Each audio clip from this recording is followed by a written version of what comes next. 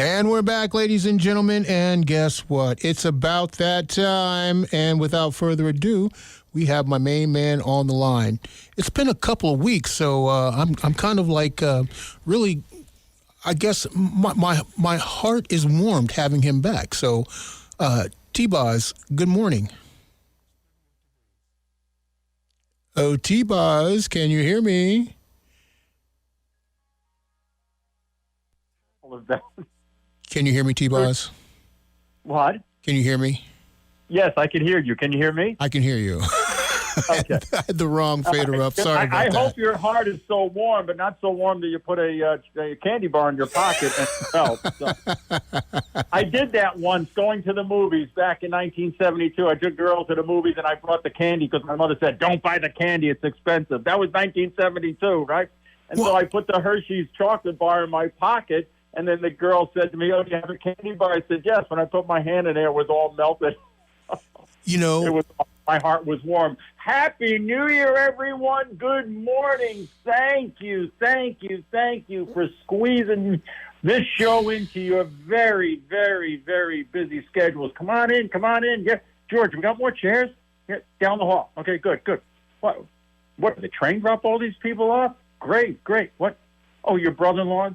Oh, a friend of yours told you? Great. Come on in. Get the pens, get the pencils. Thank you, everyone, for taking time to have Jock and I come into your living rooms, your cars, wherever you're listening to us, and getting some inspiration, motivation, some eye-opening thoughts, some probing thoughts to this show. It's good to be back. Veronica and I had a wonderful holiday. I hope all of you had a wonderful holiday, and but I want to thank George by the door, took down the tree, all the boxes. There's not a needle anywhere here, George. Great job. Oh, and you have Valentine's stuff. Wow, I can't wait to see what it's like. And you have Alicia's gift. Wow, what a nice guy. Oh, by the way, Alicia, his life partner, does a great show, boys and girls, called Alternative Anthems on Saturday morning, starts at 6. If you're 50 and up to 58 years old, I love the show, I'm 66, check this show out. I love when she says the kind of songs that when you're in the car, you don't want to get out of the car. So check that out. But, George, thank you for setting everything up over the Christmas holiday. I appreciate it. Let's go over to Stan, the coffee man. Look at him. Haven't seen him in a while. Still has his New Year's hat on. Hey, Stan, what's in the coffee pot? What? Folgers? Are you kidding? Oh, you got up late. Oh. So you grabbed a can from Barbara's kitchen cabinet. Does she know? Well, she knows now. 50,000 watts of power. She knows that you took that coffee pot, but, you're a little out of practice. Right, I know we've been off for 2 weeks. And look at this cake. Beautiful sheet cake. It says, Happy New Year. Welcome back, students and listeners. And it is sponsored by Kelly's Crystals right downtown on Main Street. Check that place out. A lot of great gifts there. And also, but the cake was made by Lombardi. So two great businesses here in town. Please, boys and girls, support the local businesses. You'll be amazed what's down there. I tell you, Veronica and I spent a lot of time there along with our friends. Great place to hang out and be. So we're going to have, this is going to be our New Year's message to all of you. And I'm excited to bring this to you. I've missed all you guys, but we did have a lot going on, Lady Boz and I, so we needed some time to get some things done. But we're back. I already have next week's theme all set, so we're ripping and roaring here through the new year. Let's go to our format. Okay. Oh, what? I have to tell this story very quick. Everyone's been in. Back when we did the Thanksgiving show, after the show, we had a big cake like this, and Jock comes over from across the street, and he's signing autographs and talking to the people. And Muriel's granddaughter, right, Jennifer, what is she, 10? She's 7. Oh, she's very mature for age. So she was at the show. And afterwards, she came up to me and she said, when was the first Thanksgiving, T-Boz? I said it was in 1621. And Jock was standing right next to me. And she looked at the both of us and she said, were you guys there? I've been wanting to tell that story since November, but Muriel said, please tell that story because her granddaughters will listen to this in the archives. So, no, I said to her, we weren't there, but Stan was. So, anyway. All right, let's get, you got that story. Let's get to our format. Can you tell I'm having a good time? Let's get to our format. The format today is we are going to explore 3 questions for yourself pertaining to New Year's. We're not going to talk about resolutions. No one does that anymore. Just get rid of that. So we're going to explore 3 questions, all right? And then we're going to examine 2 classic movies and 1 Bible story that epitomizes or fills in, fleshes out this theme. All right, so that's what we're going to do today. And we're going to start with question 1. And question 1 actually came from my friend Susan, actually at the tail end of a conversation we had. And here's question 1 I have for all of you. Be patient because we're going to weave all this together. There's a lot of dishes in the air, as my friend Catherine says. Here's question number 1. What has life taught you about you? Are you a healer? Are you a separator? Are you a fighter? Are you a quitter? Are you hopeful? Are you hopeless? What has life, and I love what Susan said there, life as if it's a person. What has life taught you last year about you? Helen Keller says, a bend in the road is not the end of the road unless you fail to make the turn. Boom. A lot of you in this room and listening to this show have been through stuff. Let's use a better word. Crap. Last year was not a good year for people in this room and listening. Let's put it this way. The landscape has changed.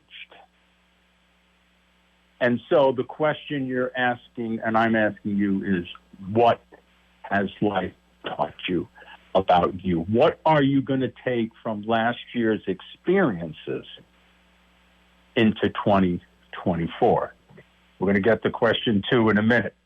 Japanese proverb says, fall 7 times, stand up 8. So a lot of you, like I said, have been through stuff, been through crap. The landscape has changed. It's not the way you thought it was going to be. It's not the way it's supposed to be. It's not the way it looked. It's not. But are you going to stand up? Have you been given the gift of the Christmas message? We talked about that. God with us. He is our strength. I can do all things in Christ who strengthens me. That's from St. Paul. Are you going to really live the talk and walk it? Or are you just going to lip service it and leave it on the shelf? We look at Lily Pulitzer, and she says, despite the forecast, okay, live like it's spring. Despite the forecast, live like it's spring. Are we going to choose to live like it's spring? Sometimes we feel like we're always in winter, right? Sometimes we feel like winter is never going to end. And not the winter, the snow I'm looking outside here from the classroom, but the snow that's in our heart, the coldness that's in our mind, the frigidness that's in our soul. Sometimes we think it's never, ever going to go away. But as the Japanese proverb said, fall 7 times, stand 8. What has life taught you about you? I can't answer these questions for you. Here's question number 2. It comes from John chapter 1, verse 38. And this question was from Andrew and John, 2 brothers who were followers of John the Baptist, and they thought the Baptist was really great, and unfortunately the Baptist got killed, and they heard about the rabbi, and like, man, is this cool dude out of Nazareth? He's got this great message. He's a great guy, you know, really peace and love and all of that kind of stuff. And they run up to Jesus, and they're asking him all these questions. And he looks at them, and he says, what are you looking for? Boom. My question number 2 to all of you, what are you looking for? You take what has life taught you. Now moving forward, what are you looking for? What are you looking for? Are you looking for money? You'll never have enough. Are you looking for success? It's not long lasting. Are you looking for healing? There's a difference between healing is accepting. There's a difference between healing and a cure. Cure takes care of the problem, the health problem. I've been healed of my blindness. What? Yes, I've been healed because I accepted it. And so I go out dancing, as I said many times in a show. Lady Boz and I are going contra dancing. You guys can't imagine, for a blind guy like me, in a room of 40 people in a row, spinning and dancing all over the place, there are sighted people that wouldn't even attempt to do what I do. So I've been healed. But there's a difference between healing and curing. So what are you looking for? Are you looking for a cure? Are you looking for forgiveness? What are you looking for?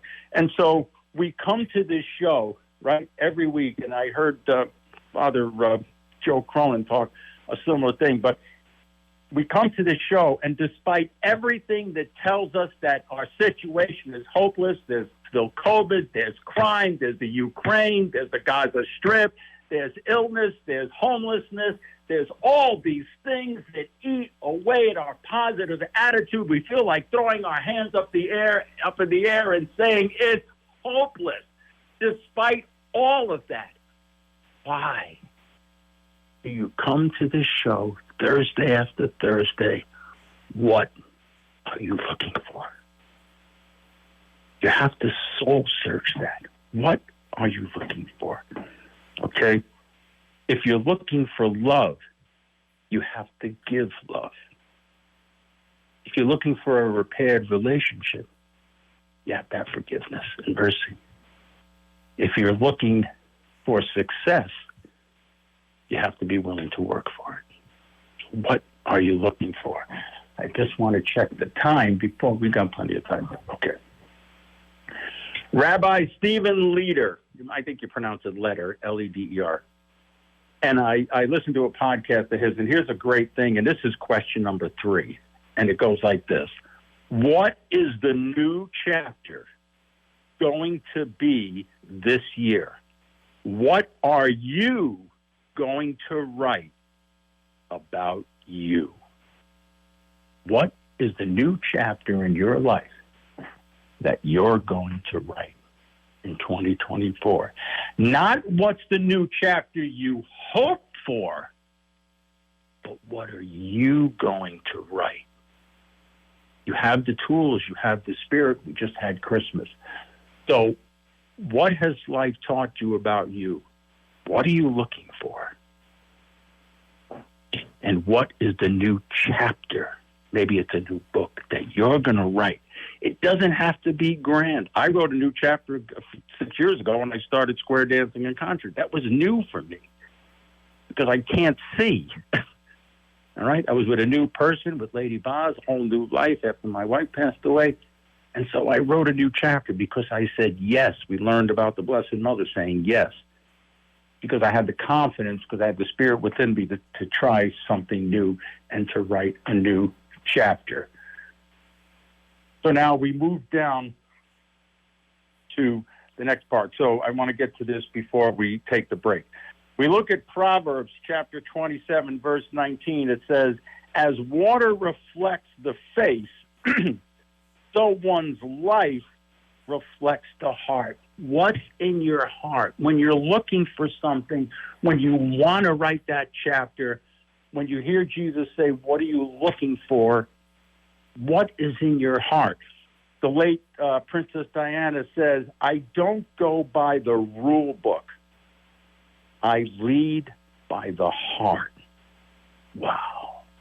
She leads by the heart. She doesn't go by the rule book. Some of us are so busy looking at that book of what we should do that we miss it.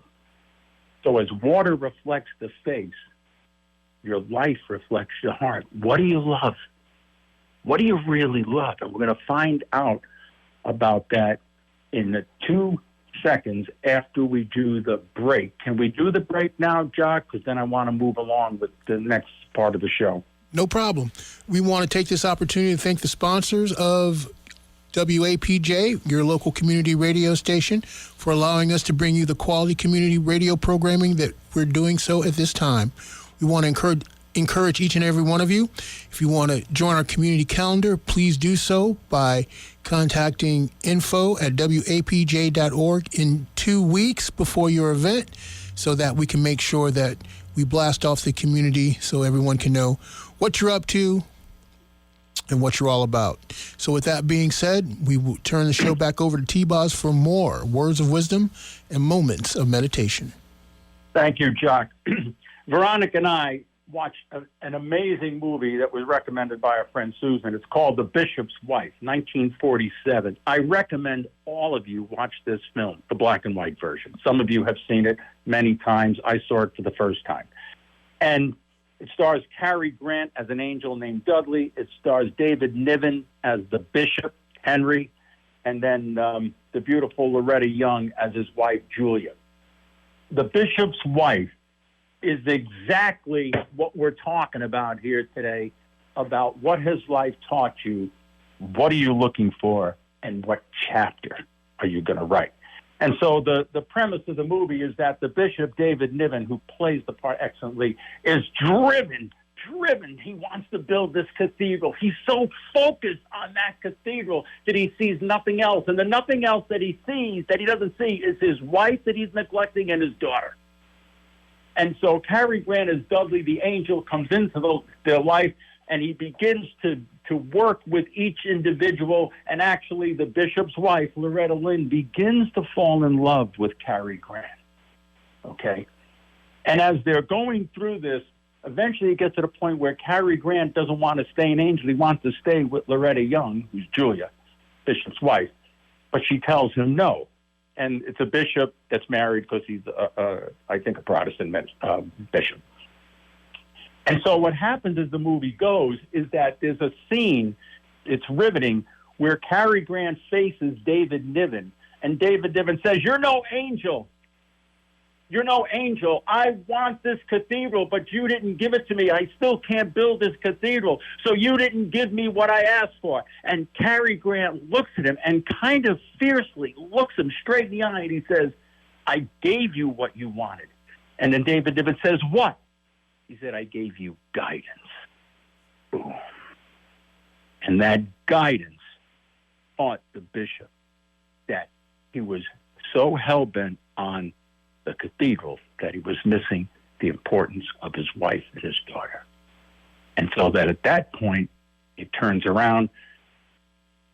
Cary Grant goes on to his next assignment, and the bishop and his wife and his daughter do live happily ever after. And so, guidance. So what are you looking for? What the bishop thought he was looking for, it wasn't.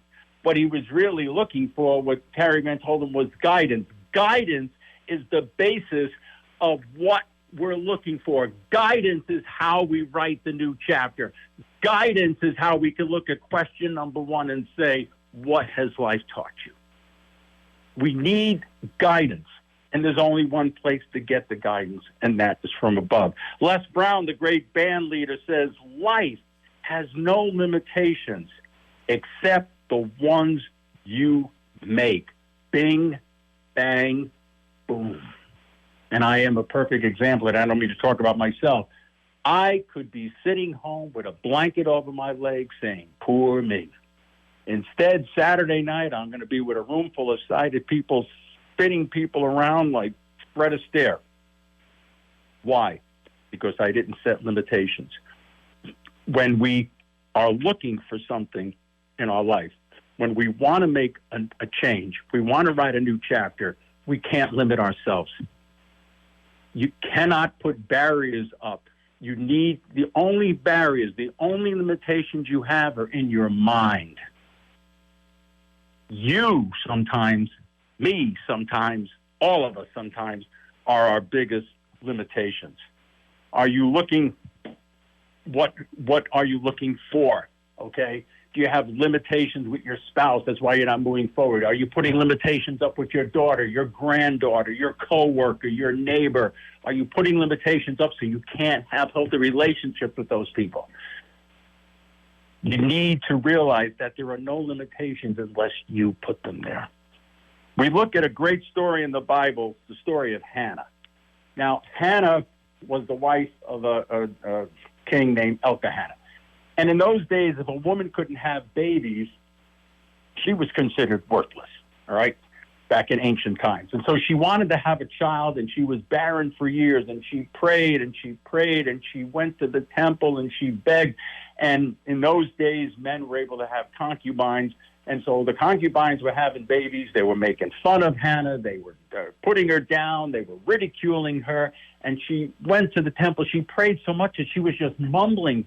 The rabbis thought she was drunk. And she just put her faith in God, asking. And finally she said, I need mercy. What was she looking for? She said, I need mercy. And she says, if I have a child, a male son, I'll bring him back to the temple. I'll give him back to God. And so what happens? She has a son, and her son is Samuel, the first great prophet. And he's the one that anoints King David and King Saul. Now, she gave up her son to God. So what was she looking for? What she was looking for was the same thing that David Niven was looking for with our first question, what has life taught you? She was looking for guidance. She was looking for the guidance as to what God wanted her to do. Was she going to be barren the rest of her life, or was she going to produce a son? But through her faithfulness and her persistence, she wasn't only given a son, she was given a son that became the greatest prophet to start the Jewish nation. So what do we learn from Hannah? We learn to be persistent in prayer. We learn not to quit. We learn to expect victory, okay? We learn that there is more to life than just what's in front of us, okay? We learn not to retaliate. She didn't retaliate against the women that were ridiculing her. We learn never lose hope. What I said at the beginning, some of us feel life is hopeless. Oh, there's so much going on in the grand stage. Oh, life is hopeless. Okay, but Hannah never lost that hope. Why? Because she put her faith in God, what we talked about earlier with the Spirit, and what was she really looking for? Yes, she wanted a son, but what she really wanted was guidance. So we go all the way back to question number 2. What are you looking for? If you're looking for stuff, or if you're looking for the stuff that other people have, you're not going to find it. What you want to look for, what I always ask God for, is guidance.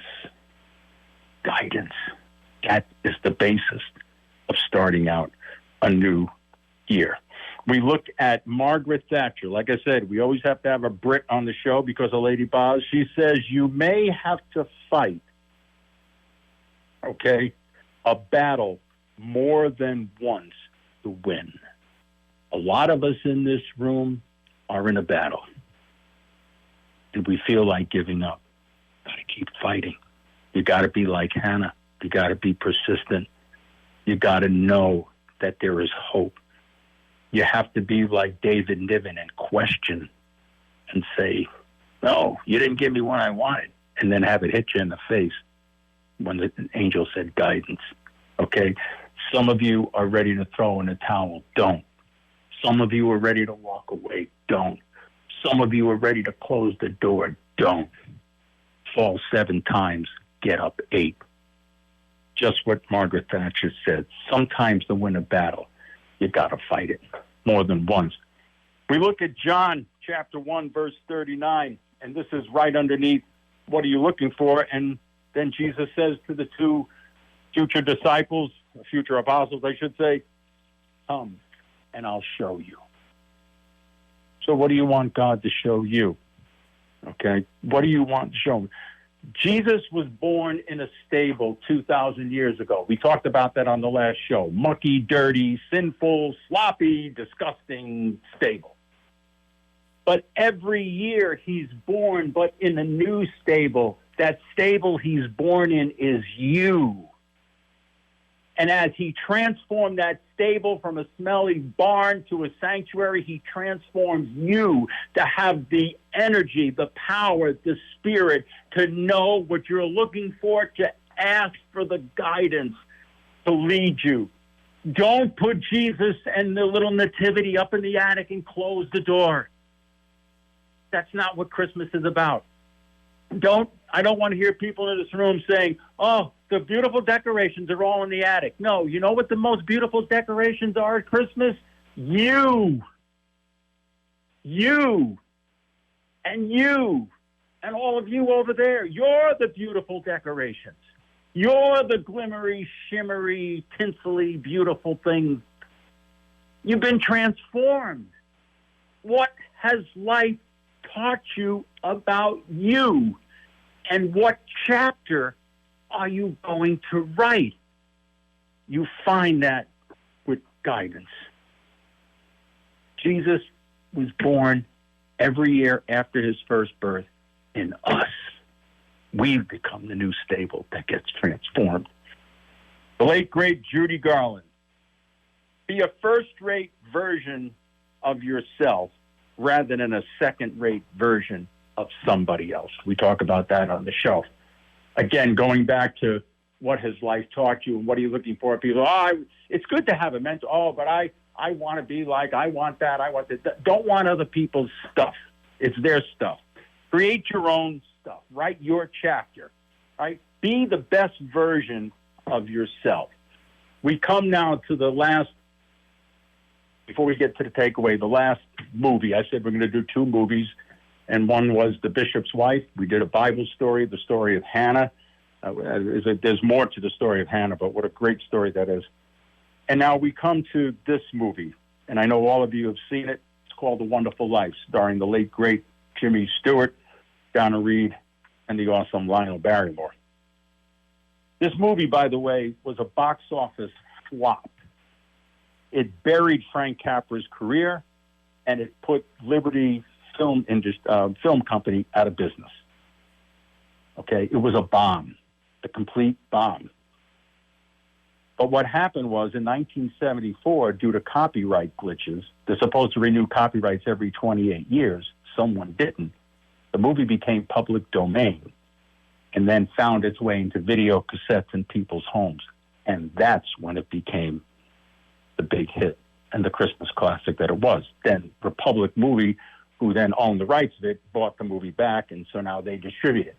But if it didn't become public domain, that movie would have stayed in a can somewhere in Hollywood, and we would never have known it.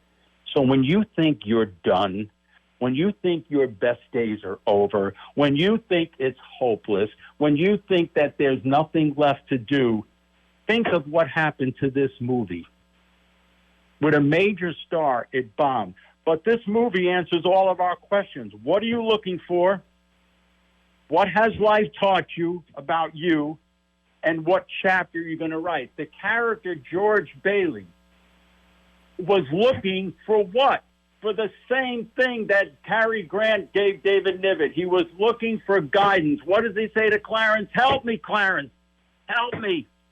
He's looking for guidance. What he was looking for is what he already had, the friendship and the family and the love that was already there. But because he was focused on other things like traveling, he missed it. He missed it. And it took a bankruptcy, an almost bankruptcy, a guardrail, as they say in AA, for him to realize that what he wanted, he already had. Already had.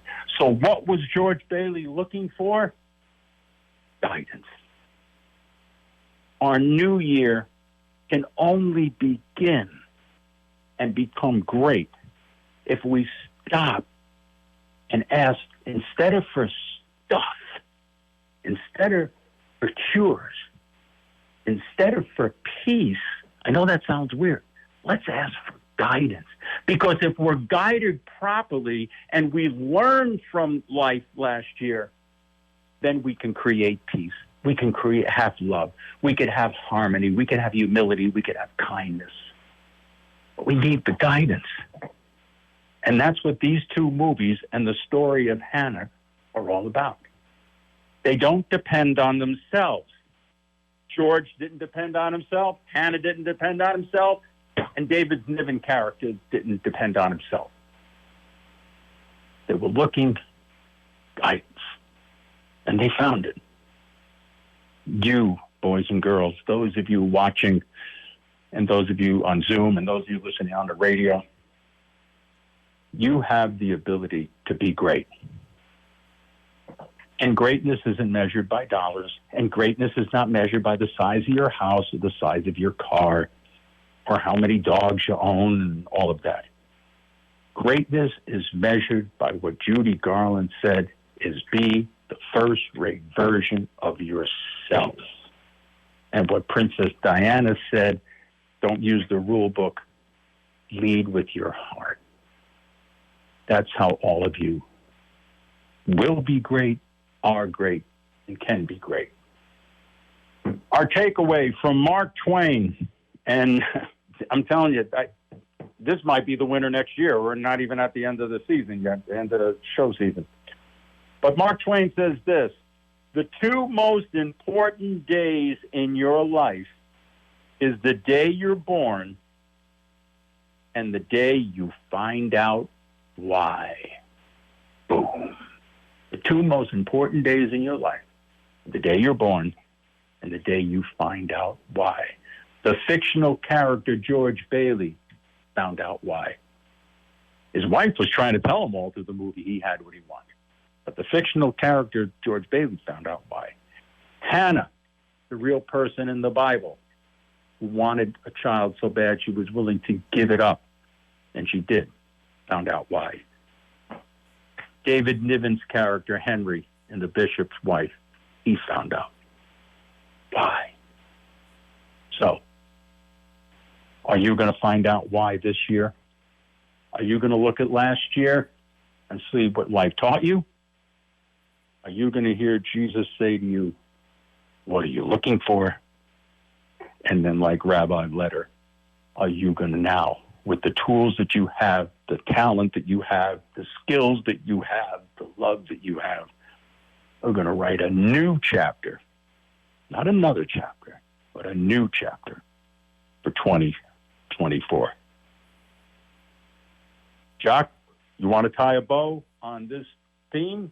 And we'll get to this awesome song that ties us all together.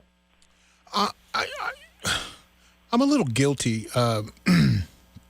because I felt like, in a lot of ways, your presentation this morning was kind of, although not intentionally, but was directed to me.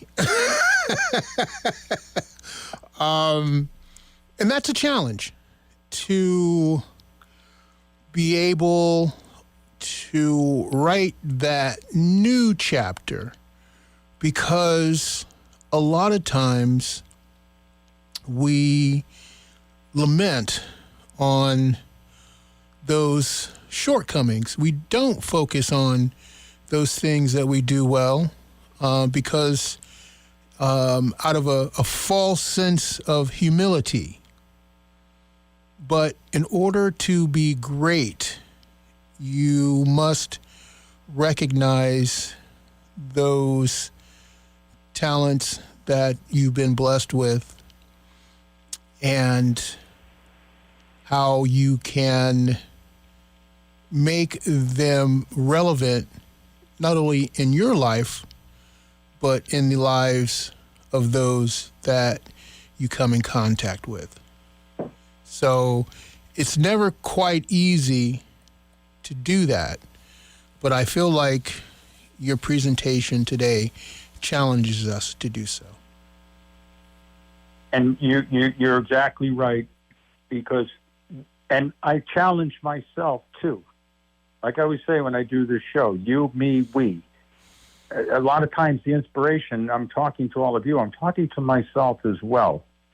And we have to be challenged, and to be the best, you got to, like I said once before in another show, when you stretch a rubber band, it never comes back to its original shape. So stretch yourself, boys and girls, and you'd be surprised what you'd be capable. If someone would have told me 6.5 years ago that I'd be contra dancing and square dancing with a 3-degree field division, I would have told them they were stoned. But today, I'm one of the best, not only a dancer, but one of the best dancers in our club, because I asked for guidance, and this is where God has put me. So, Happy New Year. George, great job by the door. Stan, Folgers, you know what? The people that drink it, it's Stan. Don't worry about it. You don't need to buy the expensive coffee. Muriel, bring your granddaughter Jennifer next week. Likes to see all the new people here. Play the song, Jock. Happy New Year. Friday Eve. We'll see you next Thursday. Thank you, T-Boz. Thank you.